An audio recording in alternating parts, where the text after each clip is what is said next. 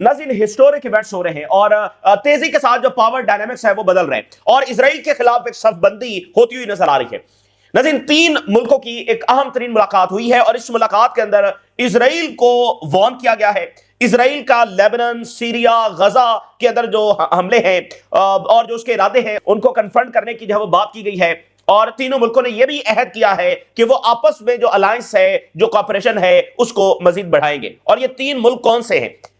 ये तीन मुल्क है सऊदी अरेबिया, चाइना और ईरान। इनकी अहम तरीन मुलाकात हुई है, इस पर हम तफसीली बात करेंगे। और इसी दरमियान ईरान का पाकिस्तान के साथ भी राब्ता हुआ है और शाम के अंदर इजरायली आर्मी ने शाम के लोगों के ऊपर गोलियां चलाई हैं और टर्किश फोर्सेस क्या गजा में दाखिल होगी, इस पर बातचीत चल रही है। और साउथ कोरिया ने यह कहा है कि रशिया और चाइना के जो जेट्स हैं वो उसके एयर स्पेस में दाखिल हुए हैं।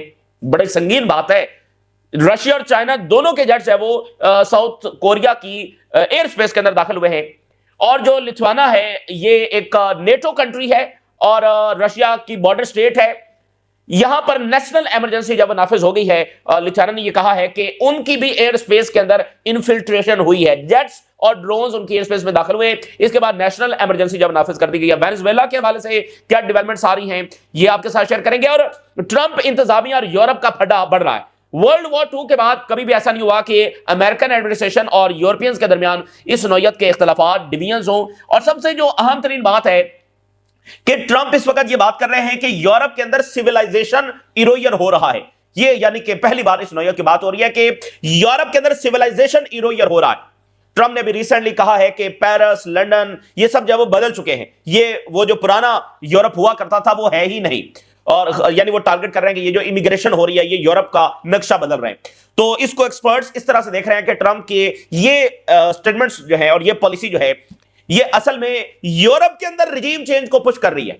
कितनी बड़ी बात है कि वही अमेरिका जिसने यूरोपियन कॉन्टिनेंट की सिक्योरिटी की कमिटमेंट ली थी, आज वही यूरोप के अंदर रिजीम चेंज की बात कर रहा है या वो पॉलिसी इख्तियार कर रहा है। जाहिरी तौर पर तो वो नहीं कह रहे, लेकिन इसका मतलब यही है क्योंकि वो जो फार राइट पार्टीज हैं उनकी नैरेटिव को सपोर्ट कर रहे हैं ना कि भाई यूरोप का सिविलाइजेशनली इरोजन हो रहा है। इससे कोई बड़ी बात तो हो नहीं सकती यूरोप के लिए। इससे तो मतलब आइडेंटिटी ही आपकी खत्म हो रही है। तो ये यूरोप के लिए सबसे संगीन तरीन मसला है जो इस वक्त उनके लिए पैदा हो गया है। तो इस पर भी हम बात करेंगे। सबसे पहले एक रिपोर्ट आपके साथ शेयर करते हैं। ग्लोबल एक्सपर्ट्स के मुताबिक अगले 12 से 18 महीनों के अंदर कोई बड़ा ग्लोबल कॉन्फ्लिक्ट जो है वो छिड़ सकता है।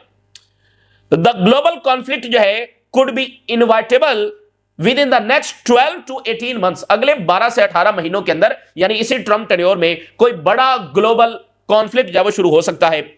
मिसाल के तौर पे चाइना की इन्वेजन ऑफ ताइवान हो सकती है। रशिया की नेटो के साथ जो टेंशन बढ़ रही हैं तो यहां पर कोई डायरेक्ट कॉन्फ्लिक्ट हो सकता है। यानी दो बड़ी पावर्स आपस में टकरा जाएं।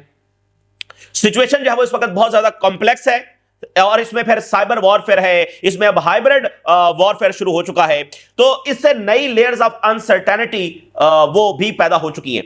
यानी एक तो ये ना कि भाई फौजें दाखिल होती हैं, हमला होता है। अब चूंकि साइबर अटैक्स भी है और हाइब्रिड वॉर भी है तो एक नई लेयर ऑफ अनसर्टेनिटी पैदा हो गई है। तो इससे मामला और ज्यादा कॉम्प्लेक्स हुआ है। यूरोपियंस और अमेरिकन थिंक टैंक्स ये बात अब खुलकर कर रहे हैं कि एक third world war that is looming. Third world war जो है उसके खतरात बहुत ज्यादा हैं और इसके लिए जरूरी है, इसको रोकने के लिए जरूरी है कि डिप्लोमेसी और इंटरनेशनल कोऑपरेशन जो है उसके ऊपर फोकस किया जाए। और उन्होंने कहा कि रिस्क आर रियल, खतरात है, ये नहीं कह सकते कि भाई खतरात नहीं है। Risk are real. कभी भी दुनिया दूसरी आलमी जंग के बाद इतना करीब नहीं थी तीसरी आलमी जंग के जितना आज है। लेकिन यह डिपेंड करेगा कि मौजूदा जो दुनिया की लीडरशिप है वो कैसे बिहेव करती है और इस नाजुक सूरत हाल में इवेंट्स को कैसे नेविगेट करती है, यानी कैसे उन इवेंट्स को अप्रोच करती है। मिसाल के तौर पे प्यूटन ही है, अगर वो भी सेम यूरोपियन जैसा बिहेवियर रखे या नेटो जैसा बिहेवियर रखे तो आज तक अभी तक आलमी जंग शुरू हो चुकी होती। यानी एक शख्स आलमी जंग छेड़ सकता है।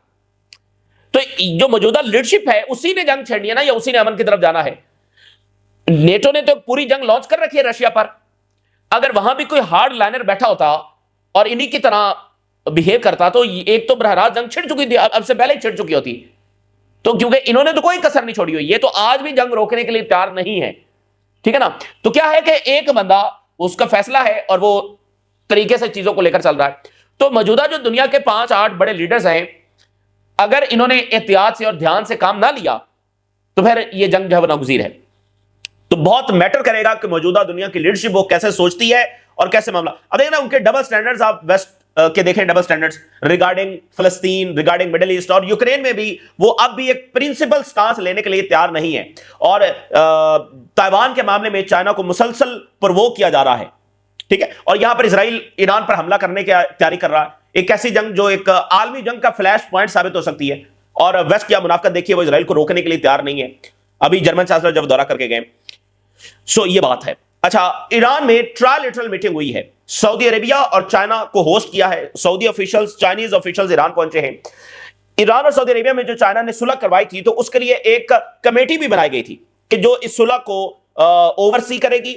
और अगर कोई भी इख्तलाफात पैदा होते हैं, कोई मसाइल पैदा होते हैं, तो इस कमेटी के जरिए मामला को जब वो सॉल्व किया जाएगा। तो एक कमेटी बनाई गई थी, ये उसकी थर्ड ट्रायलेटरल मीटिंग हुई है। इससे पहले यानी अब इस सुलह को काफी टाइम गुजर गया है, तो इसकी ये तीसरी मीटिंग है जो हुई है, थर्ड ट्रायलेटरल, और ईरान ने इसको होस्ट किया।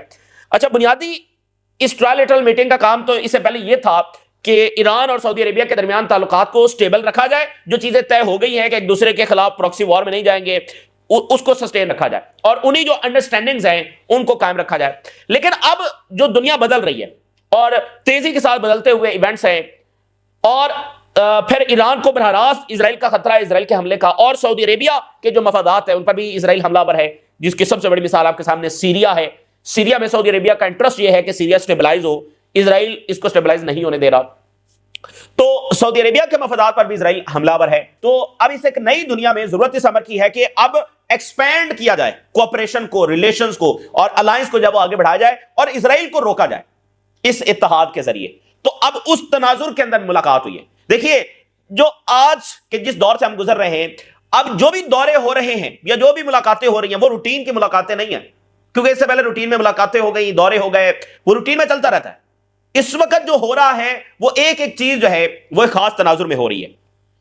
तो जरा ईरानी मीडिया लिख रहा है, Iran, China and Saudi Arabia, देखिए तीन कितने बड़े मुल्क हैं, urge immediate halt to Israeli aggression. किसको खबरदार कर रहे हैं, किसकी बात कर रहे हैं इस मुलाकात में? इजराइल की बात हो रही है। इजराइल को कहा जा रहा है कि वो अपना एग्रेशन रोके, और चाइना ने कहा कि वो मुकम्मल तौर पर अपनी एफर्ट जारी रखेगा to strengthen Iran and Saudi Arabia ties. हम मुकम्मल तौर पर सालिस के तौर पर मौजूद हैं।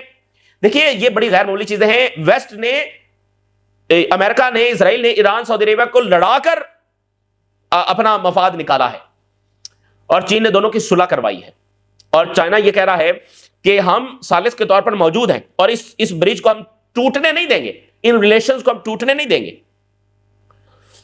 सऊदी अरेबिया और ईरान ने रीअफर्म किया कि वो जो बीजिंग में जो मुआहदा तय हुआ, उसकी तमाम जो प्रोविजंस और अंडरस्टैंडिंग्स हैं, उसके तहत वो इंप्लीमेंटेशन जारी रखेंगे। यानी जो बीजिंग में बात तय हुई कि हमारे ताल्लुकात ये सारे आगे बढ़ेंगे, तो हम उस पर कमिटेड हैं, ये ईरान और सऊदी अरेबिया ने कहा। सऊदी अरेबिया, ईरान और चाइना ने कहा कि immediate halt to Israeli aggression फलस्तीन में, लेबनान में और सीरिया में होना चाहिए। फौरी तौर पर इजराइल अपने हमले रोके। और इसके साथ आप देखिए, सऊदी अरेबिया, ईरान और चाइना ने कंडेम किया इजराइल का जो हमला है जो ईरान पर हुआ है, इसको कंडेम किया सऊदी अरेबिया ने भी। अच्छा, सऊदी अरेबिया, ईरान और चाइना ने यह कहा, तीनों मुल्कों ने, ठीक है ना, कि हम इकोनॉमिक और पॉलिटिकल कोऑपरेशन जब वो आगे बढ़ाएंगे, इसको अब एक्सपेंड करने का वक्त आ गया, इकोनॉमिक और पॉलिटिकल। उन्होंने मिलिट्री नहीं लिखा, लेकिन ये अब सिर्फ इकोनॉमिक कहीं भी नहीं है, इसमें मिलिट्री हर जगह शामिल है। वैसे भी सऊदी अरेबिया तो चाइना से असलहा खरीद रहा है और ईरान भी चाइना से असलहा खरीद रहा है, तो मिलिट्री रिलेशन तो ऑलरेडी है। तो जरा एहतियात से भाई, वो इकोनॉमिक, पॉलिटिकल, ये वो इस तरह के लफ्ज उन्होंने लिख दिए, लेकिन असल में ये एक मतलब स्ट्रेटजिक अलायंस है जो आगे बढ़ रहा है। ये बड़ी गैर मामूली चीज है, ये बड़ी गैर मामूली चीज है। और मैं आपको बताऊं कि चाइना ने जो ओआईसी वर्ल्ड के लिए जो उसका सबसे बड़ा कंट्रीब्यूशन है, चाइना का ओआईसी वर्ल्ड के लिए सबसे बड़ा कंट्रीब्यूशन यह है कि उसने इस्लामी दुनिया की जो सर्द जंग है ईरान और सऊदी अरेबिया के दरमियान, जो सर्द जंग है, इसको रुकवाया। और इस सर्द जंग की वजह से, इस कोल्ड वॉर की वजह से, इस प्रॉक्सी वॉर की वजह से लाखों लोग अपनी जानों से गए, ठीक है ना। ये बड़ी तलख हकीकत है। कई दहाइयां ये सर्द जंग जारी रही है, कभी एक मुल्क में, कभी दूसरे में, कभी तीसरे में, और इसके नतीजे में लाखों लोगों की जानें गई हैं। और दूसरा चाइना का कंट्रीब्यूशन यह है कि पिछले 2 सालों में उसने सेक्टेरियन वायलेंस नहीं होने दिया, क्योंकि इससे पहले जो हो रहा था, इनके आपस में सर्द जंग जारी थी, इसका फायदा उठाया जाता था, शिया सुन्नी ये वो करके। तो अब नहीं हो सका। तो ये चाइना का दूसरा बड़ा कंट्रीब्यूशन है ओआईसी वर्ल्ड के लिए। अच्छा, एक और ट्रायलेटरल मीटिंग नाज़रीन हुई है, और वो मीटिंग हुई है अजरबैजान के अंदर। अजरबैजान के अंदर इस वक्त ईरान के फॉरेन मिनिस्टर मौजूद है, बड़ा गैर मामूली दौरा कर रहे हैं। वहां पर पहली ट्रायलेटरल मीटिंग हुई है ईरान, अजरबैजान और रशिया के दरमियान, पहली ट्रायलेटरल मीटिंग हुई है। अच्छा, मैं आपको बताऊं कि ये जो सारे वाकयात नाजरीन हो रहे हैं, ये जो सारी मीटिंग्स, मुलाकातें, डेवलपमेंट्स, मुआहदे, ये ओवरऑल अगर आप देखें तो ब्रॉडर कॉन्टेक्स्ट में ये एक ही डायरेक्शन के वाकयात है, और वो क्या है कि ग्लोबल पावर डायनामिक्स को तब्दील करना है, वेस्टर्न जो हेजेमनी है उसको चैलेंज करना है। ओवरऑल इसकी डायरेक्शन एक ही है। इस मुलाकात का भी मकसद यही है कि ताल्लुकात को बढ़ाया जाए, इकोनॉमिक। अब मिसाल के तौर पे ये मुल्क आपस में ऐसे मुआहदे कर रहे हैं कि इंडिपेंडेंट ट्रेड रूट्स बनाए जाए, नए तिजारती रास्ते बनाए जाए, चाइना से सेंट्रल एशिया, सेंट्रल एशिया से ईरान, ईरान से तुर्की, यानी वो तिजारती रास्ते जिस पर वेस्ट का कंट्रोल ना हो, नई ट्रांजैक्शन, नया बैंकिंग सिस्टम। इस सब का क्या मतलब है? ये सब किस लिए? ताकि वेस्टर्न जो सैंक्शंस हैं उसको नाकाम किया जा सके।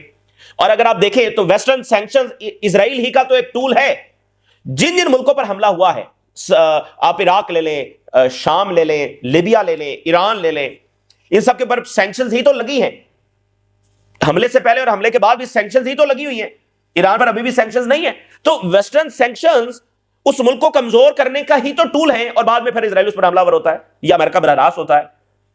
तो अब यानी अगर अजरबैजान में मीटिंग हो रही है कि इकोनॉमिक कॉपरेशन बढ़ाया जाएगा, ईरान में हो रही है, बीजिंग में हो रही है, अंकारा में हो रही है, तो वो एक ही डायरेक्शन के वाकयात है। पाकिस्तान में हो रही है, जरा पाकिस्तान अभी तक उस तरह खुलकर अमेरिका या वेस्ट के खिलाफ उस तरह से नहीं है, लेकिन बाकी ये जो सारे इनके आपस में मुलाकातें हो रही है उसकी ओवरऑल डायरेक्शन एक ही है।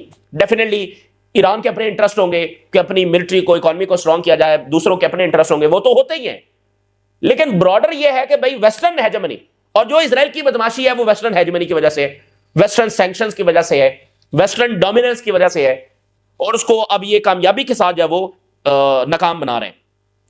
सो Iran, Russia and Azerbaijan plan to remove trade barriers. जो भी हमारे ट्रेड तिजारत में जो बैरियर्स हैं, जो रुकावटें, अब उनको दूर करने का वक्त आ गया है। क्यों भाई? आपस में ट्रेड करेंगे, नए तिजारती रास्ते बनेंगे, इकोनॉमी बेहतर होगी, इकोनॉमी ही के साथ आपका सर्वाइवल है, आपकी नेशनल सिक्योरिटी है, आपकी मिलिट्री है, ये सब जुड़े हुए वाकयात हैं। तो फर्स्ट ट्रायलेटरल मीटिंग हुई, और ट्रांसपोर्टेशन जो है बिटवीन ईरान और अजरबैजान और रशिया, इस पर बात हुई। ट्रांजिट ट्रांसपोर्टेशन के हवाले से ट्रेड वॉल्यूम को तीनों मुल्क जब वो बढ़ाएंगे, हालांकि अजरबैजान और रशिया में फड्डा डालने की भी कोशिश की गई, वो भी नाकाम हुआ है। फिर आप देखिए एक और क्या वाकया हुआ है। ब्रिक्स का जो वर्किंग ग्रुप है वो इस वक्त ईरान के अंदर है। ईरान में आज उनकी मुलाकात हुई है to lay ground work for joint scientific projects. BRICS, Iran, ये सब मिलकर क्या कर रहे हैं? ज्वाइंट साइंटिफिक प्रोजेक्ट्स कर रहे हैं। तो कहीं पर वो बैंक्स लेकर आ रहे हैं, कहीं पर वो शैडो फ्लीट वो बना चुके हैं, दुनिया में शिपिंग का मुतबादल पूरा निजाम बना चुके हैं, कहीं पर जो है वो नए तिजारती रास्ते बना रहे हैं, कहीं पर लोकल करेंसीज में ट्रेड की बात हो रही है। ये सब क्या है? ये एक मुतबादल निजाम है। तो ब्रिक्स ने कहा ज्वाइंट साइंटिफिक प्रोजेक्ट्स। अब आप देखिए ना, इजराइल का बुनियादी मकसद ही यह था कि ईरान को आइसोलेट किया जाए, और आइसोलेट करके उसकी इकोनॉमी को कमजोर करके, उसके इमेज को डिस्ट्रॉय करके, फिर मिलिटरीली उस पर अटैक करके उसको तबाह कर दिया जाए। इस सब में तो वो नाकाम हो चुका है। ना ही ईरान का वो इमेज डिस्ट्रॉय हुआ है, ना ईरान आइसोलेट हुआ है, ना ही ईरान जो है वो जो सैंक्शंस हैं वो उसका रास्ता रोक सकी है। ईरान की मिलिट्री मिसाइल प्रोडक्शन इस वक्त जारी है। जो ममालिक है उनके साथ राब्ते बढ़ रहे हैं। सऊदी अरेबिया तेहरान में पहुंचा हुआ है, तुर्की तेहरान में पहुंचा हुआ है, रशिया, चाइना तेहरान में बैठे हुए हैं, बेलारूस, नॉर्थ कोरिया, पाकिस्तान, ठीक है, कतर। अब आप देखिए कतर के एनवाय जो है उन्होंने क्या स्टेटमेंट जारी किया? Qatar envoy hails distinguished ties with Iran. बेहतरीन ताल्लुकात इस वक्त हमारे जा रहे हैं। ये कतर की स्टेटमेंट है ईरान के साथ। और मीनवाइल ईरान के फॉरेन मिनिस्टर ने पाकिस्तान के फॉरेन मिनिस्टर के साथ राब्ता किया है, अजरबैजान में मौजूद है। और चूंकि देखें अजरबैजान और पाकिस्तान के पास अच्छे इस वक्त बेहतरीन ताल्लुकात है, पाकिस्तान इन तमाम मामलात में इस वक्त इन्वॉल्व है, ठीक है ना। तो ईरान के साथ रिलेशंस पाकिस्तान के किस तरह से बढ़ रहे हैं, और उसकी बहुत बुनियादी वजह फिर कौन है? चाइना। चाइना इस वक्त ब्रिज का किरदार अदा कर रहा है। जहां जहां डिवीजन हैं, जहां जहां रुकावटें हैं, चाइना उनको दूर कर रहा है खामोशी के साथ। यानी और वो चाइना ब्रॉडर विजन में क्यों कर रहा है? क्योंकि जब यहां पर इख्तिलाफात होंगे तो अमेरिका एक्सप्लॉइट करेगा। तो ये उनके लिए भी जरूरी है कि ये उनके तमाम बॉर्डर कंट्रीज हैं, इन मुल्कों के साथ अच्छे ताल्लुकात हैं, तो ये सब आपस में अच्छे ताल्लुकात रखें। प्रॉक्सी वॉर यहां पर अमेरिका, तो ब्रिज का किरदार अदा कर रहा है चाइना। ट्रायलेटरल मुआहदे हो रहे हैं, यानी ईरान सऊदी अरेबिया में मुआहदा, दरमियान में चाइना है, ईरान पाकिस्तान मुआहदा, दरमियान में चाइना है। तो ईरान और Pakistan review regional issues, bilateral नहीं, रीजनल इश्यूज।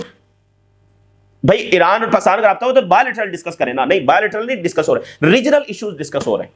अच्छा, तो ये बड़े हिस्टोरिक इवेंट्स हैं जो हो रहे हैं। एक बड़ी सबबंदी है जो इजराइल को कन्फ्रंट कर, ये मुल्क अगर इकोनॉमिकली इंडिपेंडेंट होंगे, आपस में इनका इत्तेहाद बढ़ेगा, तो ही तो ये इजराइल की मकारियों का, इसराइली अग्रेशन का ये सामना कर सकते हैं। अगर डिवीजन होगी, इकोनॉमिकली वीक होंगे, मिलिटरीली होंगे, आपस में अलायंस नहीं होगा, इसी चीज का तो इजराइल फायदा उठाता है। तो जहां जहां पर ये बात होगी कि इकोनॉमिक कॉपरेशन है, अलायंस है, यूनाइटेड होना है, ये सब चीजें क्या है, इजराइल को पसंद नहीं है। हैरिस ने लिखा है कि ट्रंप पुश कर रहा है कि तुर्की की फोर्स गजा में हो, इसका नतीजा यह होगा कि इजराइल में find itself side line with Hamas still armed. Hamas भी मौजूद होगी और इजराइल भी, इजराइल साइड लाइन होना पड़ेगा, इजराइल को विड्रॉ करना पड़ेगा। तो ठीक है, ये हेडलाइंस तो चल रही है, लेकिन असल बात यह है कि अभी तक फलस्तीनियों के लिए कोई मीनिंगफुल इकदाम नहीं हुआ है। जैसा कि हैरिस ने एक और हेडलाइन में लिखा है, Israel is pushing us out, plan to open Gaza's Rafah crossing leaves Palestinian with more questions than answers. भाई कोई उनको तसल्ली मिलती, कोई नतीजा सामने आता कि रफा क्रॉसिंग खुल रही है, वो फलस्तीनियों के पास जवाब कम और सवाल ज्यादा है कि भाई ये कब खुलेगी, कहीं खुलेगी नहीं खुलेगी, एड अंदर आएगी नहीं आएगी, शेल्टर्स आएंगे या नहीं आएंगे। इस मुआहदे का बुनियादी मकसद और बुनियादी जो सबसे मेन प्राइमरी पॉइंट था कि रफा क्रॉसिंग खुलेगी, जो कि नहीं खुली है, अभी तक नहीं खुल सकी है। तो ये सबसे बड़ा लॉस है, ये सबसे बड़ी डिफीट है ह्यूमैनिटी की जो हुई है, फलस्तीनियों के लिए वो कोई मीनिंगफुल इकदाम नहीं ले सके। यूनरवा में इजरायली फौज दाखिल हुई है, तो उस पर स्लोवेनिया और बेल्जियम वेरी इंपॉर्टेंट कंट्री, जहां पर ब्रसल है यानी दारुल हुकूमत है यूरोपीय यूनियन का, स्लोवेनिया और Belgium condemn Israeli raid on यूनरवा कंपाउंड इन ईस्ट यरूशलेम।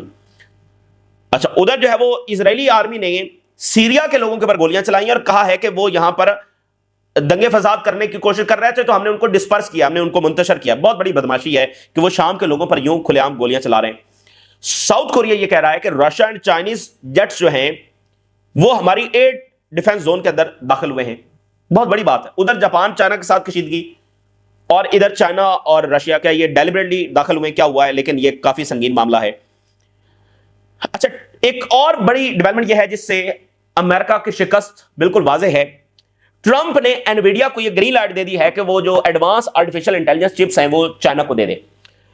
इन रिसेंट टाइम के अंदर, ये बाइडेन दौर की बात है कि जो चाइना के साथ फड्डा बड़ा है, वो असल मसला ये चिप्स था, ठीक है ना। एनवीडिया दुनिया की सबसे बड़ी चिप मेकिंग कंपनी है, तो ये चिप्स बनाती है चाइना के लिए। अच्छा, चिप्स जो है वो आपकी एक एक चीज में इस्तेमाल होती है, आपको पता है, इस पर हम तफसीली बात कर चुके हैं। आपके फोन्स में, लैपटॉप्स में, एक एक चीज में आपके वो इस्तेमाल होती है। जितनी एडवांस चिप्स होंगी उतना अच्छा प्रोसेसर काम करेगा, उतनी अच्छी आउटपुट होगी, उतनी अच्छी परफॉर्मेंस होगी, उतनी क्वालिटी प्रोडक्ट आप बना सकेंगे।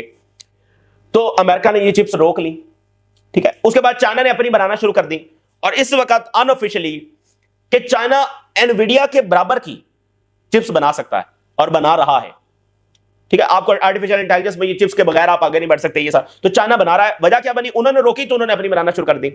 आज ट्रंप ने कहा ठीक है चिप्स दे दो, यानी जैसे रेयर अर्थ मिनरल्स, चाइना के पास एक ऐसा टूल है कि अमेरिका को घुटनों पर ला सकते हैं, और उन्होंने इस्तेमाल किया और करके दिखाया, अमेरिका को घुटनों पर लेकर आया और यूरोप को। तो अमेरिका के पास बहुत सारे टूल है, क्योंकि वो तो इकलौती सुपर पावर है। इकोनॉमी वो ये समझता था कि उनके पास ये टूल है कि इनको घुटनों पर ला सकते हैं। ये चिप्स हमारे पास ये टूल है, और बहुत सारे टूल्स हैं, यानी ये प्राइमरी नौयत के टूल्स हैं कि चिप बंद कर दी तो बस फारिग हो गए ना, पूरी तरक्की आपकी रुक गई, सारी टेक्नोलॉजी ही रुक गई, चल ही नहीं सकती। जैसे रेयर अर्थ मिनरल्स रुक गए, तो उन्होंने कहा एक महीना हम नहीं चल सकते, आप क्या बात कर रहे हैं। तो यही चाइना के साथ, चाइना नहीं रुका, चाइना की तरक्की तो और बढ़ी, और वो सेल्फ सफिशिएंट हो गए, बल्कि वो अपनी एडवांस चिप्स बनाने लगे। आज ट्रंप मजबूर हो गए, ठीक है इनको दे दो। तो ये वो चीजें हैं। तो जो अमेरिका की पॉलिसी आई है ना, बिला वजह नहीं आई है। वजह यह है कि ये रियलिटीज उनके सामने है, और इस पॉलिसी का नतीजा क्या निकलेगा, क्या जंगें होंगी नहीं होंगी, असल बात यह है कि ये नई रियलिटीज को रिकॉग्नाइज करने का इजहार है कि अमेरिकन बालादस्ती, अमेरिकन डोमिनेंस चैलेंज हो चुकी है। क्योंकि जिन जिन टूल्स को देखें, अब अमेरिका का मुकाबला जो है वो युगांडा के साथ तो नहीं है, अमेरिका का मुकाबला तो चाइना के साथ है ना, जिसको वो नहीं झुका सका। इवन ईरान में वो रजीम चेंज नहीं कर सका, अभी तक वेनेजुएला भी अटका हुआ है, वेनेजुएला में भी वो नहीं कर सके। उधर हिजबुल्लाह को वो शिकस्त नहीं दे सके। यमन क्या है तो 4 उनके जहाज डिस्ट्रॉय हुए। तो ये बुनियादी तौर पर ये पॉलिसी जो है वो नई रियलिटीज को रिकॉग्नाइज करना है कि हां अब दुनिया में पावर डायनेमिक्स तब्दील हो चुके हैं, अमेरिका हर चीज इंपोज और मनवा नहीं सकता है। और ट्रंप एक इंटरव्यू दे रहे थे और उसमें होस्ट ने यह कहा कि यूरोपियंस ये चाहते हैं कि जंग जारी रहे अंटिल के यूक्रेन फाते हो जाए इस जंग में, यूरोपियंस ये चाहते हैं। तो ट्रंप ने कहा कि until they fall yes then they should support it. Trump ने कहा नहीं, जीतने तक नहीं, वो ये चाहते हैं कि यूक्रेन के मुकम्मल फॉल तक ये यूक्रेन मुकम्मल तबाह हो जाए। ये ट्रंप के अल्फाज है और उनका शौक से जारी रखे सपोर्ट। भाई हम नहीं है इसमें, उनको लड़ना है तो लड़ते रहे। ये वो है जो अमेरिका जिसने शुरू करवाई, लड़ते रहे और इसका नतीजा ये नहीं निकलेगा कि यूक्रेन फाते हो जाएगा, इसका नतीजा ये निकलेगा कि यूक्रेन मुकम्मल फॉल कर जाएगा, जो आज बच रहा है वो भी नहीं बचेगा। और उसने कहा लंदन पेरिस को क्या हो चुका है, मैं देखकर आई हेट, मुझे बहुत गुस्सा आता है कि ये क्या हो चुका है, यूरोप बदल रहा है। और this is the push for regime change in Europe, कि वो लीडरशिप हमें चाहिए जो हमारी तरह सोचे, एंटी इमिग्रेशन, ये सारी वो पॉलिसी लेकर आए। ये बड़ी संगीन होने की बात है कि यूरोप को ये ताना देना कि आपके यहां सिविलाइजेशनल इरोजन हो रहा है, ये यूरोप के ऊपर सदियों का सबसे बड़ा इल्जाम है और एक यानी कि ताना है। और इसकी आड़ में एक्सपर्ट्स के मुताबिक वो रिजीम चेंज को पुश कर रहे हैं फार राइट पार्टीज।